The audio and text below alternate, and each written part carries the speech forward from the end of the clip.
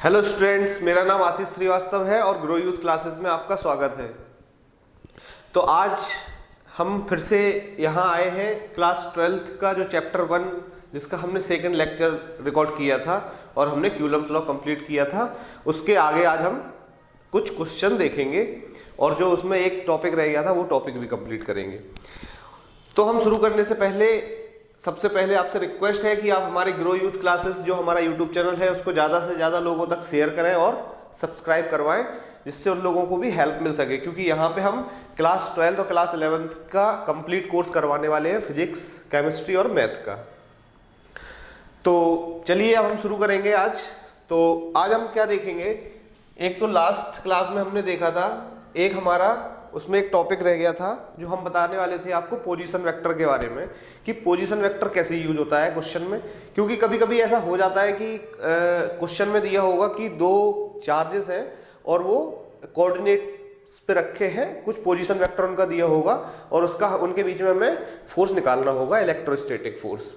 तो वो हम कैसे निकालेंगे वो हम आज की क्लास में देखेंगे। तो आज हम क्या पढ़ने वाले हैं उसका एक बार देखते हैं क्या क्या आज हम पढ़ेंगे। तो सबसे पहले पढ़ेंगे लिमिटेशन ऑफ क्यूलम्स लॉ। जैसा कि हमने क्यूलम्स लॉ लास्ट लेक्चर में हमने पढ़ लिया था। उसके बाद हमने वेक्टर फॉर्म ऑफ क्यूलम्स लॉ भी देख लिया था। तो क्यूलम्स लॉ कहाँ अप्लाई नहीं होता है, क्योंकि कुछ जगह ऐसी होगी जहाँ पे क्यूलम्स लॉ हम अप्लाई नहीं कर सकते और उसके लिए हम कुछ और यूज करेंगे, कुछ और लॉ हैं जो बने हैं, तो वो हम बाद में पढ़ेंगे। लेकिन उसके लिए हम देखेंगे कि कहाँ पे क्यूलम्स लॉ अप्लाई नहीं होता है, क्या क्या लिमिटेशंस हैं। उसके बाद हम देखेंगे theoretical question based on this law, Coulomb's law के ऊपर कुछ क्वेश्चन देखेंगे थ्योरेटिकल, और उसके बाद न्यूमेरिकल, इलेक्ट्रोस्टैटिक फोर्स और परमिटिविटी के ऊपर कुछ न्यूमेरिकल्स देखेंगे। ठीक है, तो सबसे पहले एक जो टॉपिक था पोजीशन वेक्टर, उसके बारे में थोड़ा सा डिस्कस कर लेते हैं। मान के चलो एक ये कोऑर्डिनेट है, हमारे कोऑर्डिनेट से ये वो है एक्सिस है, ये एक्स एक्सिस और वाई एक्सिस। ठीक है, दो चार्ज हमें दिए गए हैं, एक चार्ज दिया गया है, ये इसकी पोजीशन वेक्टर है R1 पोजीशन वेक्टर है। यहाँ पे एक चार्ज Q रखा हुआ है Q1 और एक पोजीशन वेक्टर यहां से दिया हुआ है R2 पोजीशन वेक्टर दिया हुआ है और यहां पे एक पॉइंट चार्ज रखा है Q2। अब क्या है, हमें सिर्फ ये चार चीजें दी हुई हैं, हमें सिर्फ चार चीजें दी है। कौन कौन सी? एक हमें चार्ज दिया है Q1, एक चार्ज दिया है Q2, एक Q1 का हमें पोजीशन वेक्टर दिया है और Q2 का पोजीशन वेक्टर दिया हुआ है। हमें सिर्फ यही चार चीजें पता है और हमसे बोला जाए कि आप इलेक्ट्रोस्टैटिक फोर्स निकालिए ये दोनों चार्जेस के बीच में। तो इसके लिए हमें क्या करना होगा, सबसे पहले हम क्या देखते हैं, फोर्स कहाँ पे लगता है। फोर्स जब दो चार्जेस के बीच में फोर्स लगता है तो वो लाइन ज्वाइन जो करती है along the line joining these two charges, तो जिस लाइन के साथ में ये दोनों चार्ज कनेक्ट होंगे उस लाइन के अलोंग फोर्स लगता है। तो ये लाइन हम इसको कनेक्ट करेंगे, ये लाइन। अब ये जो लाइन है इन दोनों के बीच में वो डिस्टेंस हमने माना कि ये डिस्टेंस r है। ठीक है, अब ये डिस्टेंस r है, लेकिन हमें क्या दिया हुआ है, इनके पोजीशन वेक्टर दिए हुए हैं। तो हमें ये पोजीशन वेक्टर दिए हुए हैं तो वेक्टर फॉर्म में निकालनी होगी, क्योंकि फोर्स अगर हमें निकालना है और हमें उसके पोजीशन वेक्टर दिए हैं तो वेक्टर में ही हम निकालेंगे।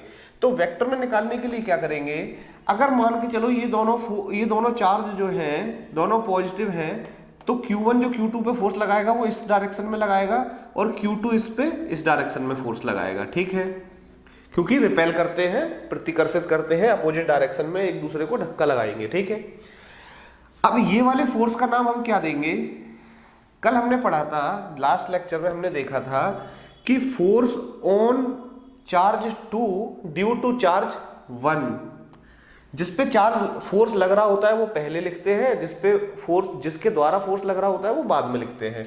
इसी तरह से यहाँ पे हम लिखेंगे F12, यानी कि फर्स्ट वाले पे चार्ज लगा रहा है सेकंड वाला चार्ज, तो फोर्स को हमने ऐसे लिख लिया। अब क्या होगा, अब हमें इन दोनों के बीच में जो r डिस्टेंस है इसको भी हमें वेक्टर फॉर्म में लिखना होगा।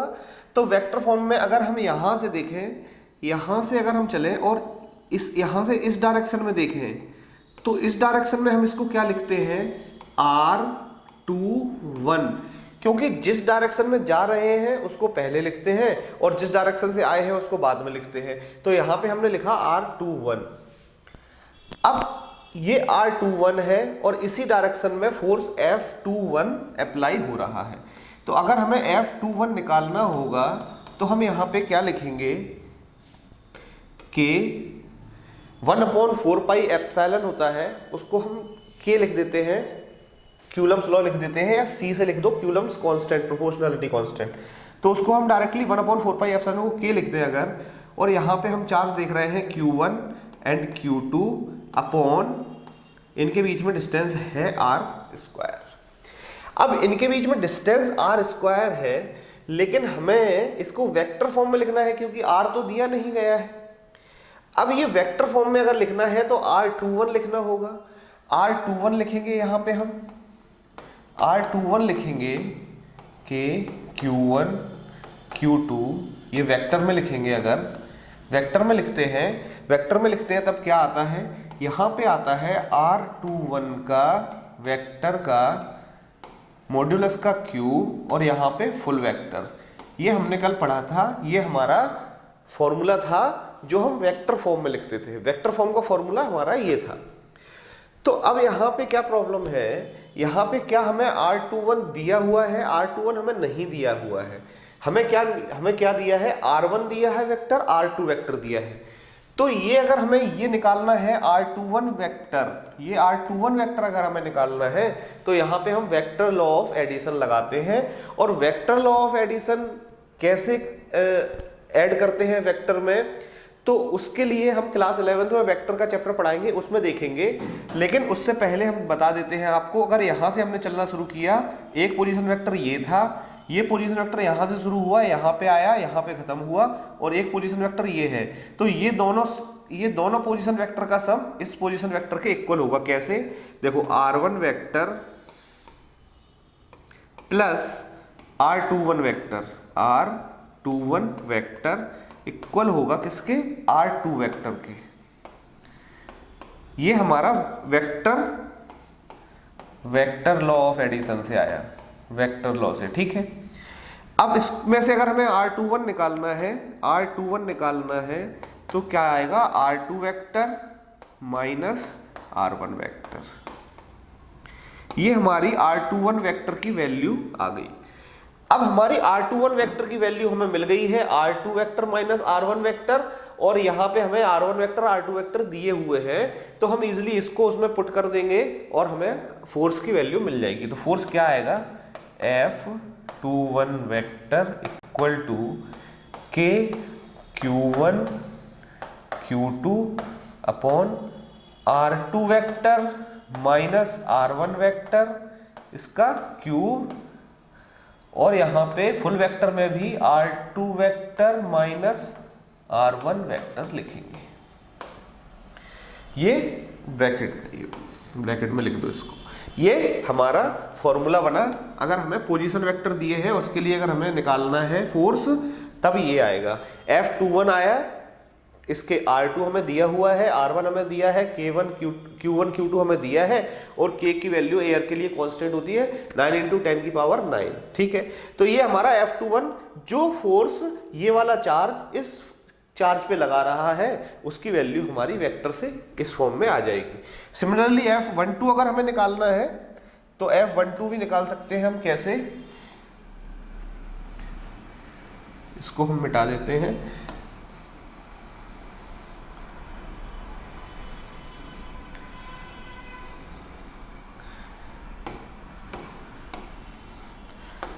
अब हमें अगर F12 निकालना है तो सिमिलरली कैसे आएगा, K Q1 Q2 अपॉन, अब यहाँ पे क्या आएगा, अगर मान के चलो यहाँ पे क्या आएगा, R12 आएगा। तो R21 इस तरफ था, तो यहाँ पे अगर इस तरफ देखें तो क्या आएगा, R12। तो R12 निकालना होगा तो हमें क्या आएगा, R2 plus R12 equal to R1 के होगा, तो R1 माइनस R2 हो जाएगा। यहाँ पे हो जाएगा r1 vector minus r2 vector, इसका मॉड्यूलस का क्यूब, और यहाँ पे full vector r1 minus r2 vector. ये हमारे दोनों फॉर्मूले निकल आए। पोजीशन वेक्टर से अगर हमें सॉल्व करना होगा तो ये हमारा पोजीशन वेक्टर से भी फोर्स, इलेक्ट्रोस्टैटिक फोर्स निकल आएगा इजीली। इसके बाद हम देखते हैं क्यूलम्स लॉ के लिमिटेशन क्या थे। क्यूलम्स लॉ के लिमिटेशन कहाँ कहाँ पे क्यूलम्स लॉ अप्लाई नहीं होता है तो वो हम देखते हैं। इसमें हमने 3 पॉइंट लिखे हैं। सबसे पहला पॉइंट है it is applicable only for point charges and not for extended charges. Size of the charge must be very small compare to distance between them. इसको समझने के लिए हम आपको बताते हैं कि यहाँ पे अगर दो चार्ज है, इनको हमने बोला पॉइंट चार्ज। पॉइंट चार्ज का मतलब ये है कि पॉइंट चार्ज का मतलब ये नहीं है कि बहुत छोटा हो। पॉइंट चार्ज का मतलब ये है कि उनके बीच में जो डिस्टेंस है दो चार्जेस के बीच में वो बहुत ज्यादा होनी चाहिए in compare to radius of charge. जैसे ये चार्ज है तो इसका टोटल चार्ज कहाँ हम मानते हैं, सेंटर पे, इनके सेंटर पे, और डिस्टेंस हम इनके सेंटर के बीच में देखते हैं। अब अगर यहाँ पे हम देखें कि एक चार्ज है यहाँ पे जिसकी रेडियस है 1 मीटर और एक चार्ज है ये, इसकी रेडियस है 1 मीटर, और हमने बोला इन दोनों चार्ज के बीच में डिस्टेंस है 3 मीटर। तो हम क्या देखते हैं कि ये जो चार्ज है इसके बीच में डिस्टेंस बहुत कम है। तो ऐसे कंडीशन में, इस कंडीशन में ये जो हमारा जो क्यूलम्स लॉ है वो अप्लाई नहीं होता है। ऐसा नहीं है कि ये एक दूसरे पे इलेक्ट्रोस्टैटिक फोर्स नहीं लगाते हैं, ये इलेक्ट्रोस्टैटिक फोर्स तो अप्लाई करते हैं, लेकिन हम उसको क्यूलम्स लॉ से नहीं निकालते हैं। एक्सटेंडेड चार्जेस के लिए हमारे पास गॉस लॉ है, गॉस लॉ से हम आगे देखेंगे कैसे निकालते हैं ये इसका अट्रैक्शन या रिपल्सन फोर्स। लेकिन अगर इनके बीच में डिस्टेंस कम है और चार्ज बहुत बड़े हैं तो उनको हम पॉइंट चार्ज नहीं मानते हैं, और पॉइंट चार्ज नहीं मानते हैं तो उनके बीच में हम क्यूलम्स लॉ अप्लाई नहीं कर सकते हैं। इसलिए ये लॉ जो एप्लीकेबल होगा वो सिर्फ पॉइंट चार्जेस के लिए होगा। पॉइंट चार्जेस मतलब हम यहाँ पे अगर 3 मीटर रेडियस का भी एक चार्ज लें, लेकिन अगर उसको यहाँ से और काफी दूर अगर मान के चलो 100 किलोमीटर की दूरी पर रखेंगे तब हम उसके लिए अप्लाई कर सकते हैं क्या, क्यूलम्स लॉ। लेकिन अगर बहुत पास रखा है तब उसके लिए नहीं अप्लाई कर पाएंगे। तो ये जो लॉ है वो सिर्फ पॉइंट चार्जेस के लिए अप्लाई है। पॉइंट चार्ज मतलब जिसकी रेडियस जो है वो डिस्टेंस के कंपेयर में काफी छोटी होगी, मतलब डिस्टेंस उन दोनों चार्जेस के बीच में काफी ज्यादा होनी चाहिए। ठीक है, इसके बाद दूसरा पॉइंट आता है it is applicable for stationary charges only. ये बहुत इंपॉर्टेंट पॉइंट है कि अगर चार्ज मूव कर रहे हैं, देखो इस चैप्टर का नाम ही, इस फोर्स का नाम इलेक्ट्रोस्टैटिक फोर्स है, और इलेक्ट्रोस्टैटिक्स मतलब जो चार्ज है वो रेस्ट पे होता है, उसी की स्टडी को हम इलेक्ट्रोस्टैटिक्स में करते हैं। लेकिन रेस्ट पे होने का मतलब ये नहीं है कि दोनों चार्जेस रुके हुए हैं। इसका मतलब ये है, स्टेशनरी चार्जेस का मतलब ये है कि ये कौन कौन सी कंडीशन में अप्लाई होता है। पहली कंडीशन है कि जब दोनों charge both at rest,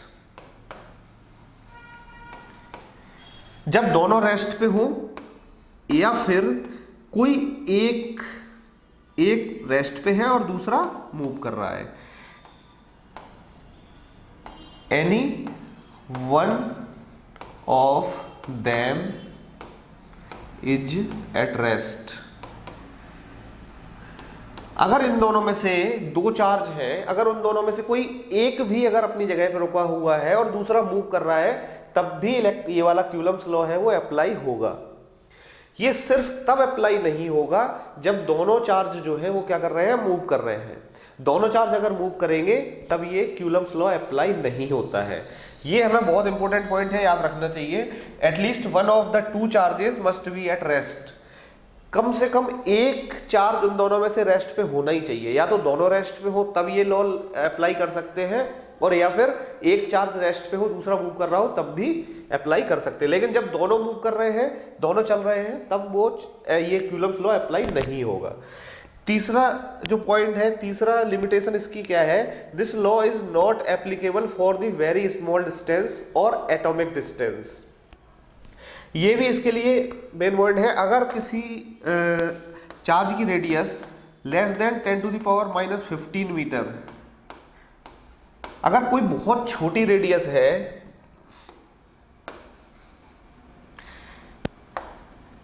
10⁻⁻15 metre, अगर इससे कम रेडियस वाला है कोई चार्ज, क्योंकि देखो चार्ज हमें दिखता तो वैसे भी नहीं है, इसका मतलब चार्ज बहुत छोटा होता है, इलेक्ट्रॉन हमने देखा तो है नहीं, तो इसलिए इसकी जो रेडियस है वो अगर 10⁻⁻15 से भी कम है, वहां भी ये लॉ अप्लाई नहीं होगा।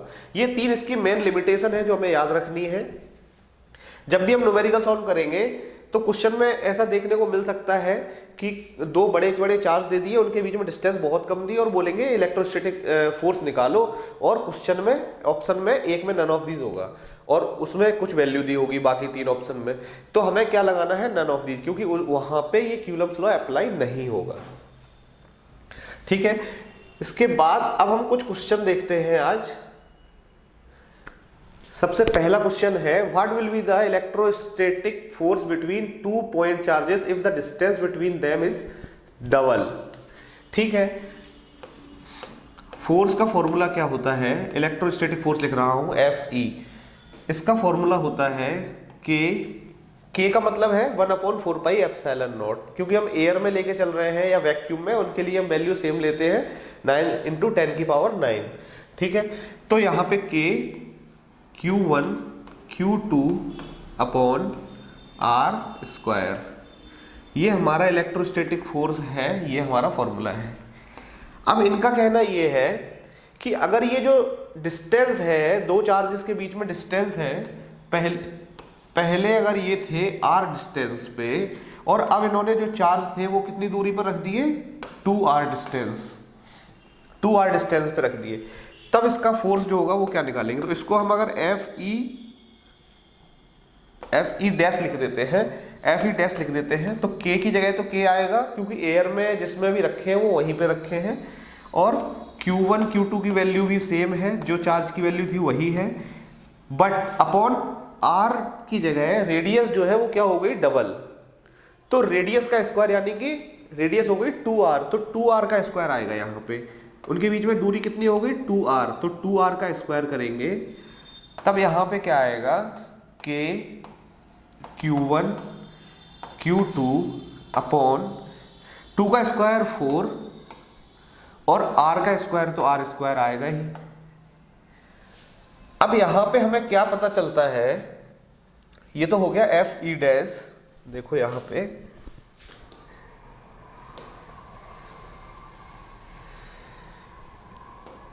अब यहां पे हम क्या देखते हैं, अगर इतना पार्ट देखें, ये 4 अगर अलग कर दे तो ये बिल्कुल सेम यही है, K Q1 Q2 upon R², तो Fe डैश क्या आएगा,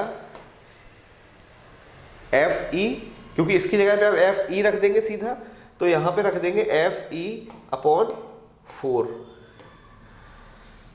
इसका आंसर हो गया क्या, कि जो जब इसकी डिस्टेंस डबल कर देंगे, जब 2 चार्जेस की बीच में डिस्टेंस जब बढ़ा देंगे, तो फोर्स क्या होगा, फोर्स कम हो जाएगा। कितना कम होगा, अगर हमने उनके बीच में डिस्टेंस डबल की तो यहां पे जो फोर्स है वो 4 गुना कम हो जाएगा, 4 गुना कम हो जाएगा, क्योंकि डिस्टेंस कहां पे थी, नीचे थी, इसका स्क्वायर किया तो कितना हुआ, 4 गुना कम हो जाएगा।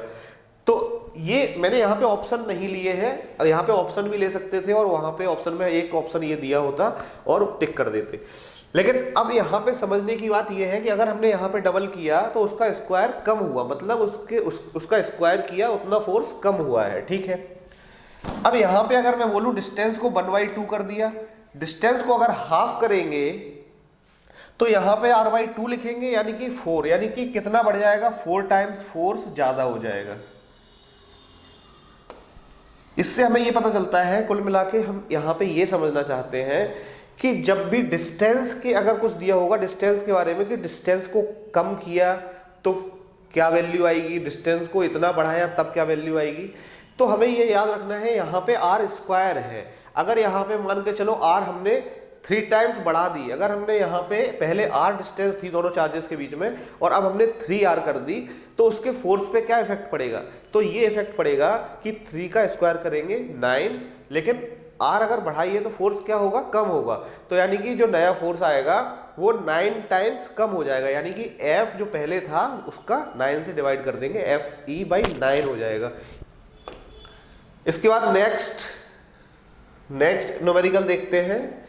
A charge Q is divided into two parts such that the electrostatic force between them is maximum। ठीक है, यहां पे एक चार्ज दिया हुआ है जिसकी वैल्यू है Q, एक चार्ज है जिसकी वैल्यू है Q, कोई चार्ज है जिसकी वैल्यू है Q। ठीक है, अब इसको क्या किया, इसको हमने दो पार्ट्स में डिवाइड किया। एक को लिखा हमने Q और दूसरे को लिखेंगे हम Q माइनस Q, क्योंकि एक तो ये आ गया तो इसमें से ये घटा देंगे तो दूसरा बचेगा। ठीक है, ये हमने दोनों चार्ज उसके लिख लिए। अब क्या होगा, अब हमें ये बताना है कि ये जो पार्ट्स हैं ये कितने कितने पार्ट्स में डिवाइड किया, मतलब इसकी वैल्यू क्या है, इसकी वैल्यू क्या है। ठीक है, इसकी वैल्यू अगर हमें निकालना है कब, जब उनके बीच में जो फोर्स है, इलेक्ट्रोस्टैटिक फोर्स है, यानी कि Fe जो है वो क्या हो, मैक्सिमम हो, मैक्सिमम होना चाहिए।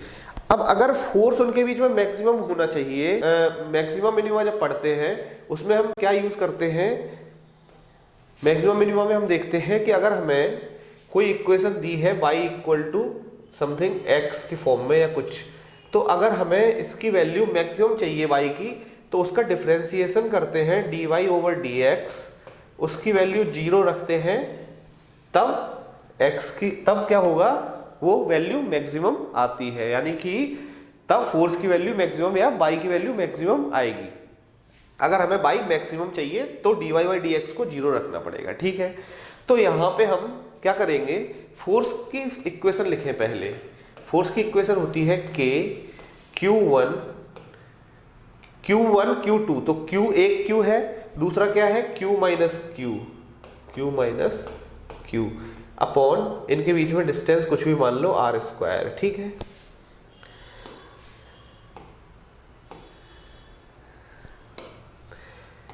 इनके बीच में डिस्टेंस r² है। ठीक है, अब हमें क्या करना है, हमें निकालना है कि इसकी वैल्यू हमें मैक्सिमम चाहिए। अब अगर इसकी वैल्यू हमें मैक्सिमम चाहिए तो किसके रिस्पेक्ट में चाहिए, Q के रिस्पेक्ट में, क्योंकि हमने Q निकालना है। जैसे यहाँ पे बाई इसकी इक्वेशन दी थी x के फॉर्म में, वैसे ही यहाँ पे Q के फॉर्म में दी है इक्वेशन, हमने Q माना है यहाँ पे, तो हमें मैक्सिमम फोर्स निकालना है अगर, तो Q के रिस्पेक्ट में इसको हम क्या करेंगे, डिफरेंशिएट करेंगे। तो इसको डिफरेंशिएट करेंगे,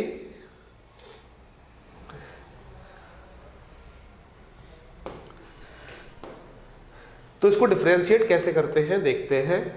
dF/dQ। ठीक है, इसको क्या होना चाहिए, 0 होना चाहिए मैक्सिमम के लिए, for maximum force, for maximum F के लिए इसका डिफरेंशिएशन हमेशा क्या आना चाहिए, 0 आना चाहिए। तो इसको 0 आने के लिए पहले हम इसको ब्रैकेट ओपन कर लेते हैं, इसको लिखेंगे F equal to K Q और कैपिटल Q अपॉन r², एक वैल्यू माइनस बीच में है, उसके बाद लिखेंगे K Q² अपॉन r²।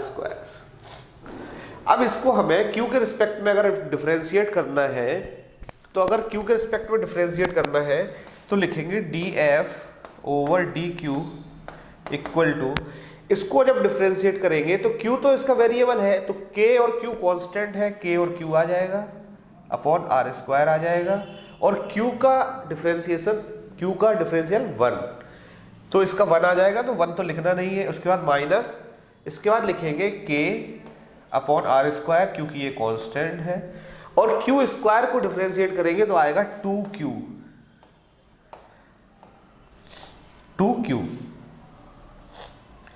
अब इसको हमें क्या करना है, इसको हमें 0 लिखना है, इक्वल टू 0 कर देंगे। इक्वल टू अगर हम 0 करेंगे तो यहां पे लिख देते हैं, तो क्या आ जाएगा, KQ upon r² equal to 2KQ upon r²। Equal to इस तरफ है, r² से r² कट जाएगा, K से K कट जाएगा, सिर्फ यहां बचेगा Q इक्वल टू 2 और स्मॉल q। तो यहां पे जब ये आ गया q इक्वल टू 2q, तो हम देखें, इसको मिटा देते हैं।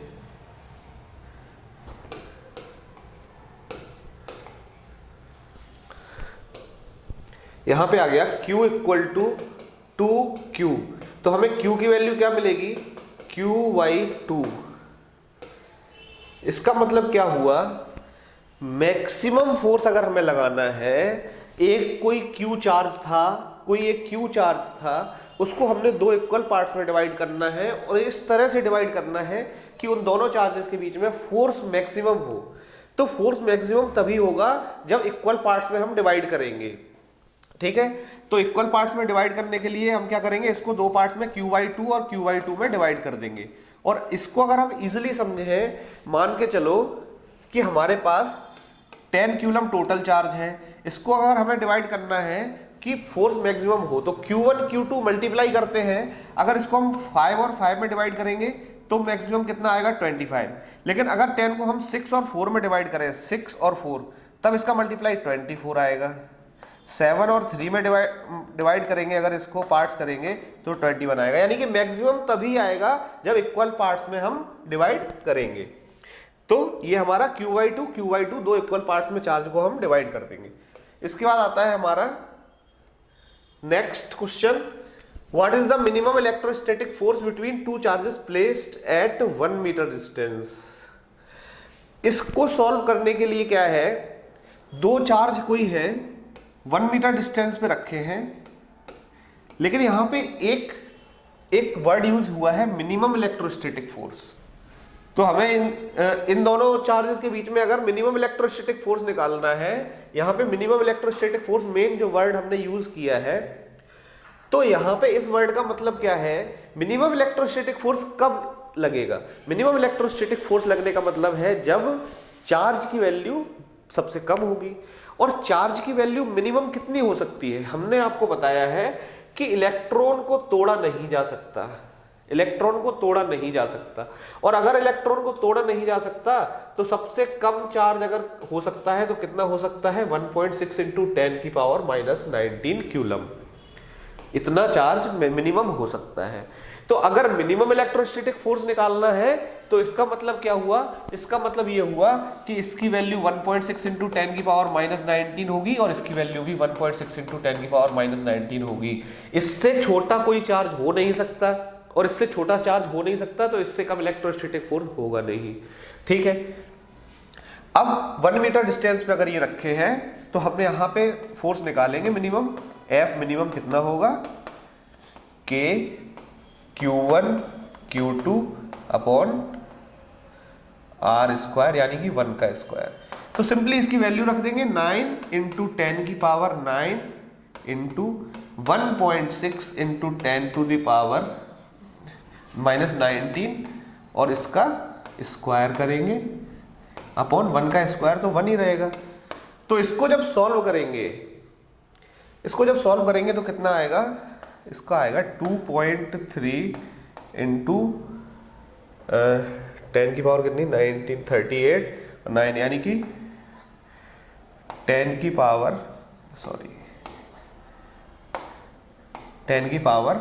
-28 न्यूटन।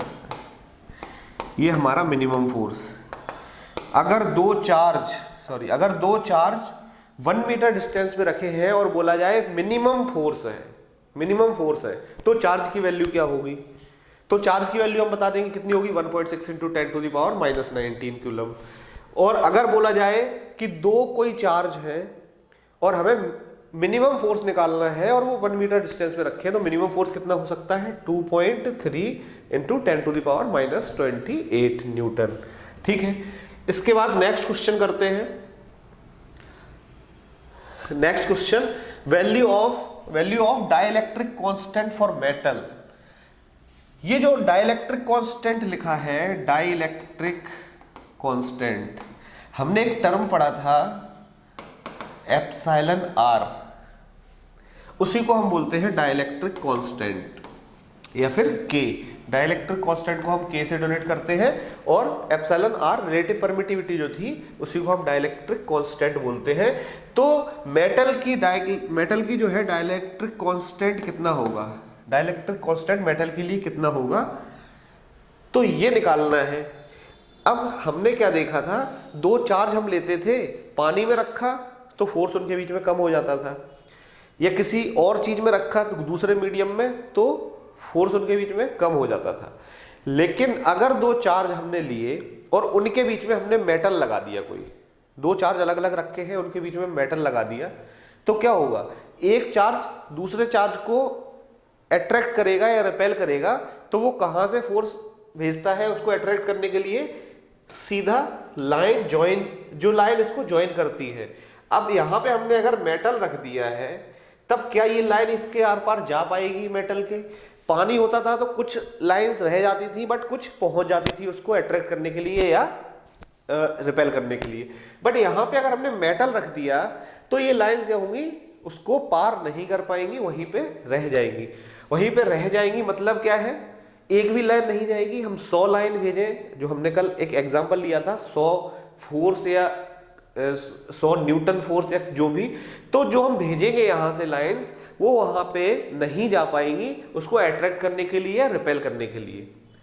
तो जब एक भी लाइन नहीं जा पाएगी तो परमिटिविटी क्या होगी, हमने कल देखा था कि अगर हमने 100 लाइन भेजी थी, 100 ताकत भेजी थी, 100 फोर्स भेजा था उसको अट्रैक्ट या रिपेल करने के लिए, तो 40 अगर वाटर ने एब्जॉर्ब कर लिया था तो 60 पहुंचता था, या 60 वाटर ने एब्जॉर्ब कर लिया था तो 40 पहुंचता था।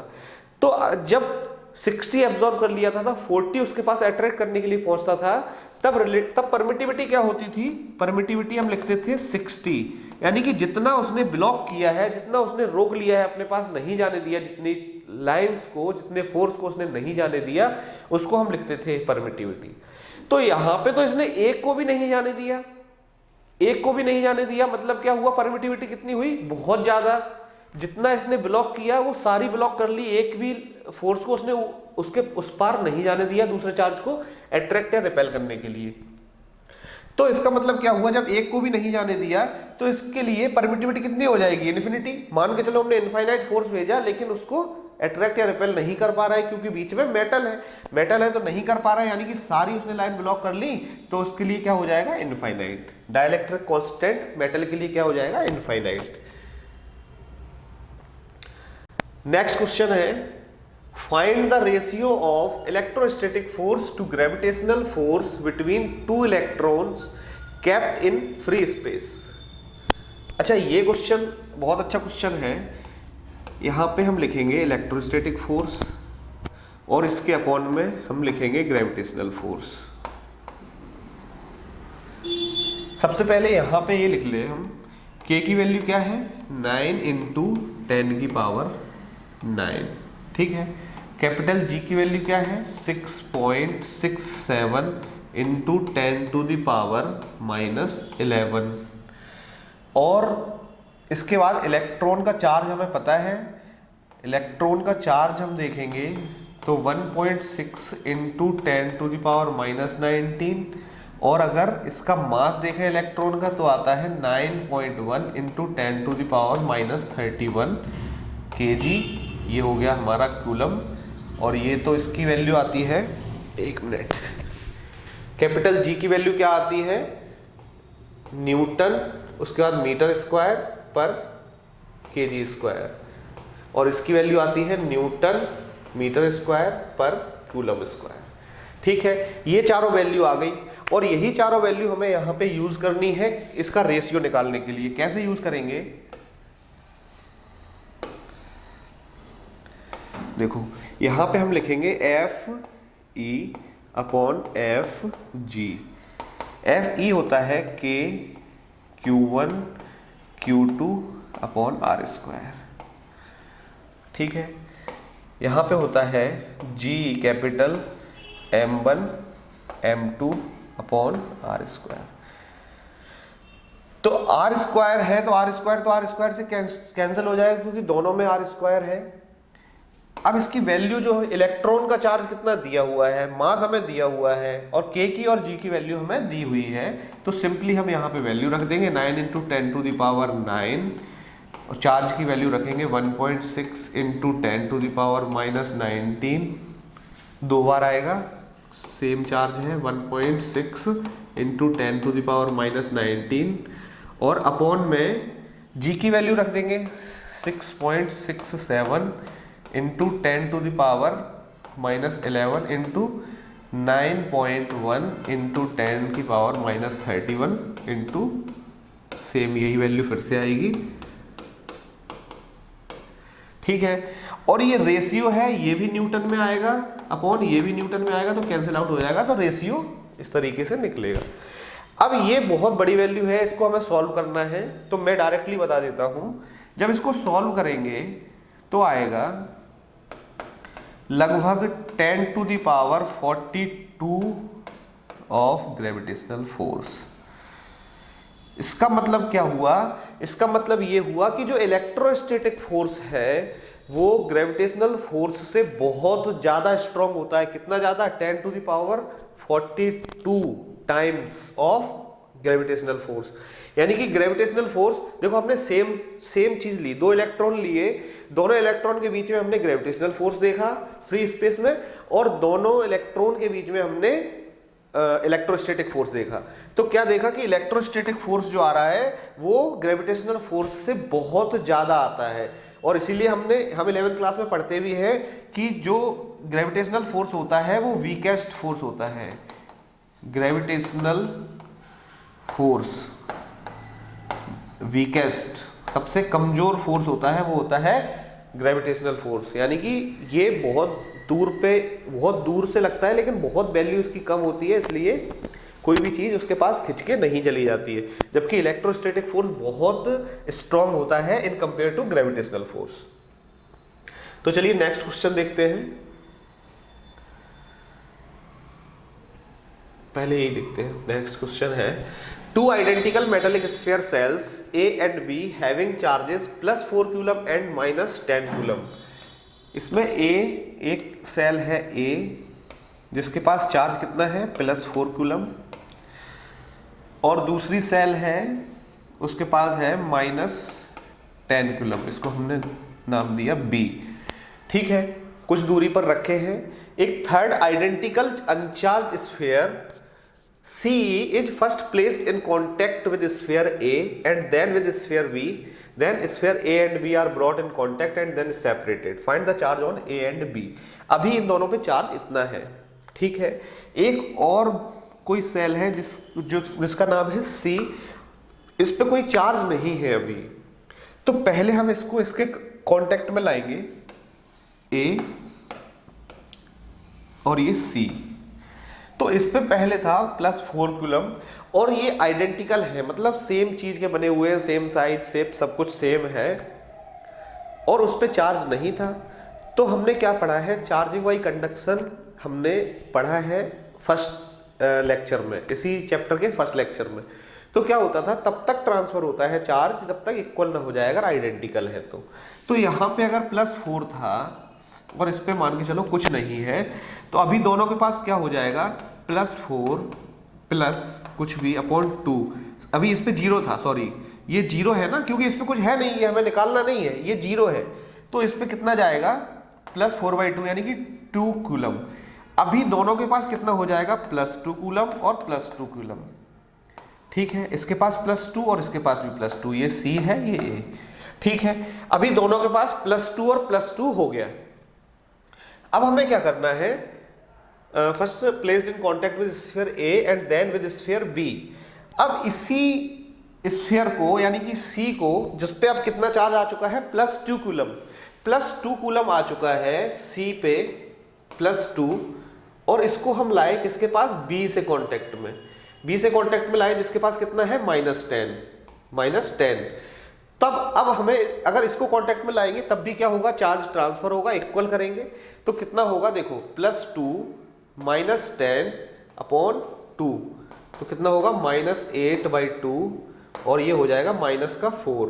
अब इन दोनों के पास कितना हो गया, -4 कूलम, और इसके पास भी हो गया -4 कूलम, और इसको दोनों को हमने अलग कर दिया। ठीक है, अब दोनों को अलग किया। अब ए के पास हमारा कितना है, यहां देखते हैं,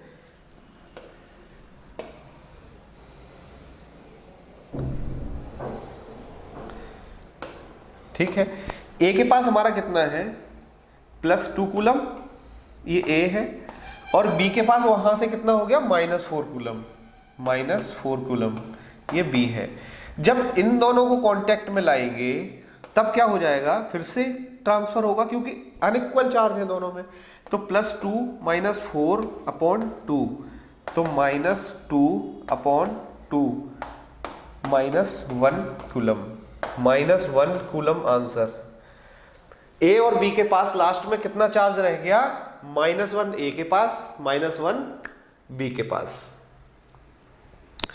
क्या गलत किया है, सही किया है, +2 -8 -4 और -4 इसके पास आएगा, बी के पास -4 हो गया है, और इस पे +2 है, तो +2 और -4 करेंगे तो हमारा 1 कूलम आ जाएगा। ठीक है, ये हमारा 1 कूलम आ जाएगा। चलो सही किया है। इसके बाद हम नेक्स्ट क्वेश्चन देखते हैं। 2 point charges having equal charges separated by 1 meter distance experience a force of 8 Newton. What will be the force experienced by them if they are held in water at same distance?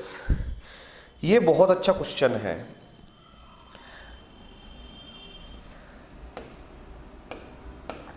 Permittivity हमने पढ़ी है, permittivity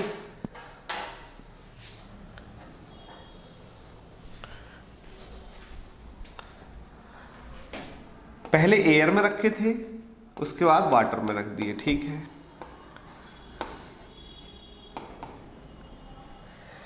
अब एक बात बताइए, इसका जो force का जो इसकी जो वो होगी इक्वेशन, वो होगी 1/4πε, या इसको डायरेक्ट लिखते हैं K।